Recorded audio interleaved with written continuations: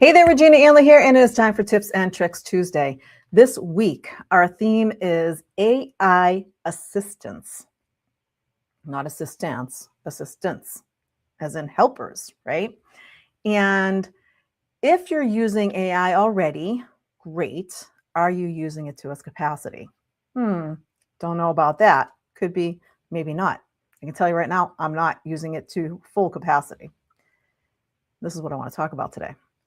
We don't want to actually talk about AI, but maybe about, is your brain ready for an AI assistant? So why is this important? You know, everybody thinks about which tool should I use, and there's all this stuff out there, and this one's coming at you, and that one's coming at you, going, use Claude, use ChatGPT, use this, use that, use Manus, use Gemini, use Meta, use Copilot. And everybody comes at you from a different angle, and you're like, you know what? Yeah, I'm just not going to use any of them. Or maybe, you want to just jump in and figure out how things work. And then you're like, well, I don't know. Did I just waste a whole bunch of time on this? I don't know. So there's a lot of things that go on in our head whenever something changes. And that's what I talk about today. We're going to talk all about, is your brain ready for an AI assistant? And I've got 3 little tips for you to get your brain ready for an AI assistant, because let's face it, AI is here. It's here to stay. Forget about all of the stuff that they're saying about, data centers, this, that, and the other thing. Go look up stuff like, how much water does it take to create a pound of hamburger?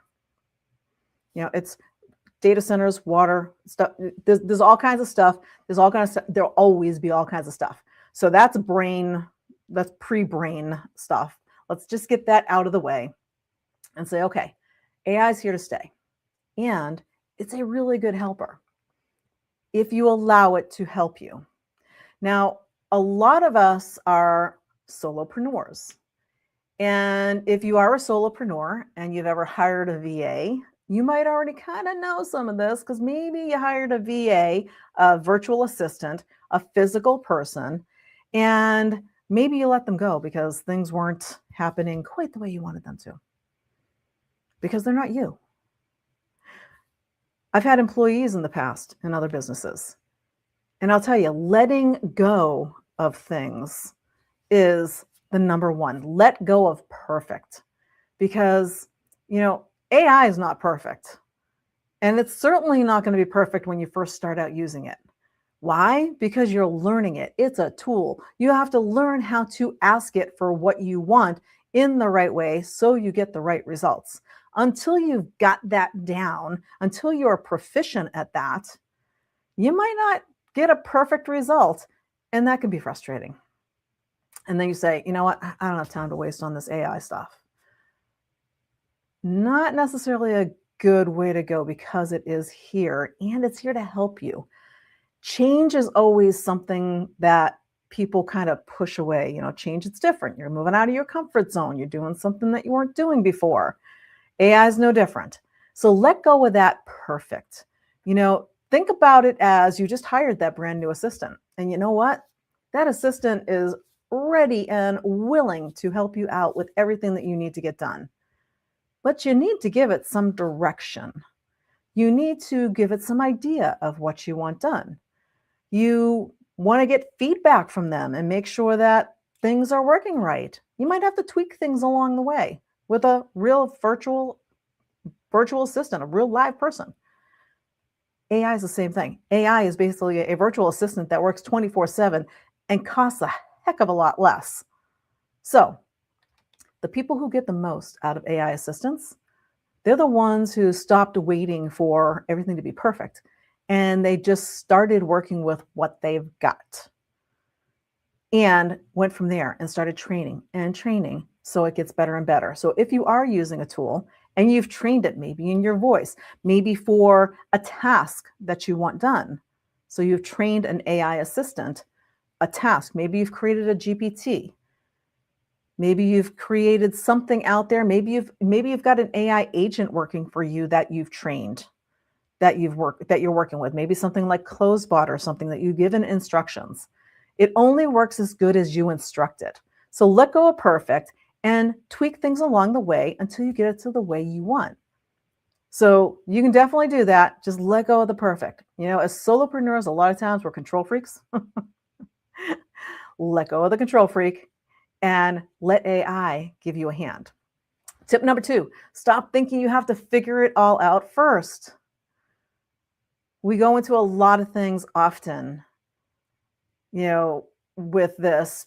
I have to know all of this stuff. I have to know how to set it up. It has to be perfect. Again, back to the perfect. I have to know all about it or it won't work. Raise your hand if you've ever said, I'm going to start using AI once I figure out how to use it properly. Yeah. So the thing is that there's no perfect setup. There's no perfect tool. And there will be new tools coming in and out of this environment because AI is literally still at the early stages. And you're going to see stuff creeping up all over the place. And all of a sudden, that tool that you used to use, maybe you're a Manus user and something else comes up. Maybe you're ChatGPT or Claude or Gemini. And all of a sudden, something else comes up. And you're like, wow, that's way better. Now I got to go learn that one. So just allow yourself that you don't have to have it all figured out first. Allow yourself that permission that you don't have to have it all figured out first. Just go use it and go start setting up things. Start with a simple task. What is something that you want to get off your plate this week? Maybe it's checking your emails. Maybe it's responding to emails that are, people are asking support questions all the time. And you want that first line of help so that you're not doing the tedious stuff over and over again. And you want an AI assistant to go do that first level of support for you. And then if they need you, you can kick in. Whatever it is, pick that one thing and then start looking at what tool works best for that and pick your AI assistant and start setting it up. You don't have to figure it all out at first. Just pick one thing on your to-do list right now, maybe something that you've been dreading, and maybe something that's been sitting there waiting for you to get done. In my case, it's email. And then just ask your AI assistant to help you with it. So not everything, just one thing and get started. Once you do one, you'll be like, oh, I'm going to give it this, I'm going to give it this, I'm going to give it this. And all of a sudden your AI assistant is your new best friend. So tip number 3, give yourself permission to be a beginner. I know we live in a microwave world. We want everything right now, right here, right now, in front of us, all done, ready to go. We can't even wait for a microwave these days. Have you ever put something in a microwave and, hit it for 30 seconds and went, come on already, 30 seconds. It's 30 seconds. Come on, people. Give yourself permission to be a beginner. Nobody anywhere was born knowing how to use AI. Think about that for a minute. Nobody was born knowing how to use AI. You learned it, right? So the people who look like they really know what they're doing right now, all the pros that are out there, all the influencers that are out there, all of us people who are training it, that you're like, wow, you know so much about that. You know what? We didn't know anything either. We went and we learned. We were beginners. At one point, we were beginners. We knew nothing. And then we started. And then we started learning. And then we learned more. And then we learned more. And then we learned more. So just because it seemed awkward and seemed new didn't stop us from learning it. We gave ourselves permission to say, okay, I don't know this yet. That's okay. Being new at something doesn't mean you're bad at it. It just means you're learning. You don't know it yet, and you're learning. So give yourself that permission to be a beginner and don't get frustrated because it's working for somebody else, but it's not working for you. Oh, this person has all their AI assistants lined up and they're all working and they're checking their email. They're sending out social media posts and they're answering emails and they're doing all this stuff. I don't understand why I can't get this done. Because you don't know it yet. That's okay. They had to go learn it too. So they went and learned it and set it up. This is where those folks who do this stuff for a living come in. And it's like, okay, well, if you want to hire somebody to help you set up your AI assistants, then you can do that too. Or you can learn and do it yourself. Most of the easy ones for stuff like checking emails and autoresponders and that kind of thing, they're pretty easy to set up. You don't have to be techie to set this stuff up. It's plain English. The setup stuff is really plain English, easy to do. Just give yourself that permission to be a beginner and understand that you just don't know it yet, and that's okay. Doesn't matter who's in front of you, who's behind you. Do not compare yourself to anybody else who's out there. You just are where you are. Just get started, right? Because every time you use it, you'll get better, and then you get better. How do you get really proficient playing the piano? You practice. Keep doing it over and over and over and over again, and before you know it, you're at Carnegie Hall on the piano in front of thousands of people. So just think of it as you're learning something new. So those are my 3 tips today to get you in the right mindset to be actually setting up these AI assistants to work for you. Because remember, really super cheap, way better than having to deal with people sometimes.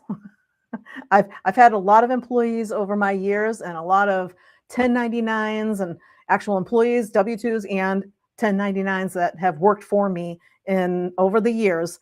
And I'll tell you, I like this employee way better than any of them because there's no drama, there's no HR headaches, there's none of that. I just make sure I pay my $20 to ChatGPT or Claude or whoever every month, and I'm good to go. So they're nice and cheap, and they're on 24/7. They don't take vacations.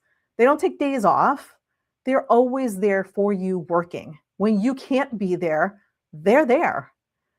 So AI assistants and setting them up is the key these days to running a successful business. So I'm curious, are you using any AI assistants at this time? If so, let me know in the comments below. I'd be curious to know what you're using them for. Maybe for checking email, maybe for sending out social posts, maybe for responding, maybe FAQs or something like that. What are you using them for? Those are all basic things. You can actually create assistants that do really complicated things. That's a little bit more advanced, but let's get started with those simple ones. Get you going, get you in the right mind frame, and then start building from there, because you can immediately start scaling your business as soon as you free up your time to do what you do best and let AI do that tedious everyday work. So that's what I've got for you today on Tips and Tricks Tuesday. We will see you next time. Bye for now.